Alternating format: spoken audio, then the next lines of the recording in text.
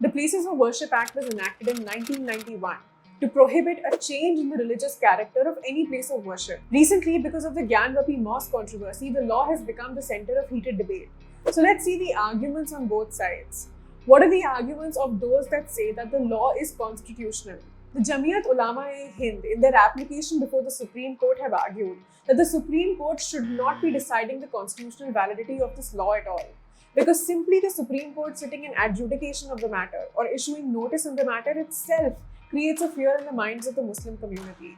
Secondly, because the Supreme Court in the Ram Janmabhoomi judgment itself has categorically observed that the Places of Worship Act 1991 is essential to the secular fabric of this country and to secure the fundamental values of this constitution. Thirdly, because the courts cannot entertain claims to correct historical wrongs, and anyone who has a grievance against historical wrongs against Hindu places of worship cannot approach the courts. And lastly, if the law is held as unconstitutional, it will open the floodgates of litigation against countless mosques in this country, and the religious divide from which the country is recovering in the aftermath of the Ayodhya judgment will be widened. Now, what are the arguments being made by those that say that the law is unconstitutional?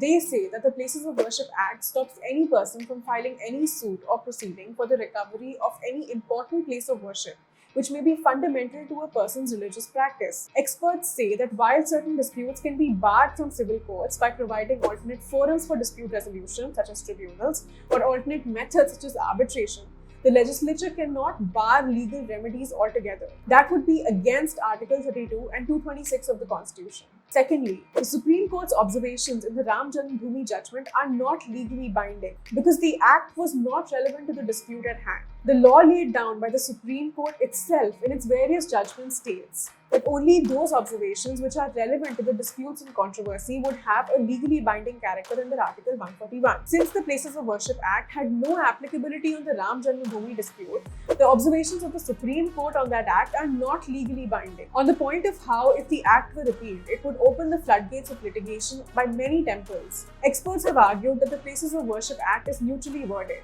and it does not foreclose or bar the rights of any particular religious community. It legislates for all religions generally. So why don't we fear claims by non-Hindus, in particular Muslims and Christians, against Hindu places of worship if the act were to be repealed or struck down? Doesn't this mean that the opponents of Hindu reclamation of occupied sites are aware of historical realities? Many others have also argued that opening the floodgates of litigation never prevented the Supreme Court from rendering judgment in the Sabrimala controversy, despite active opposition from various female devotees. Why should such a consideration weigh on the court in the context of the Places of Worship Act? What do you think of the arguments advanced for and against the constitutionality of the act?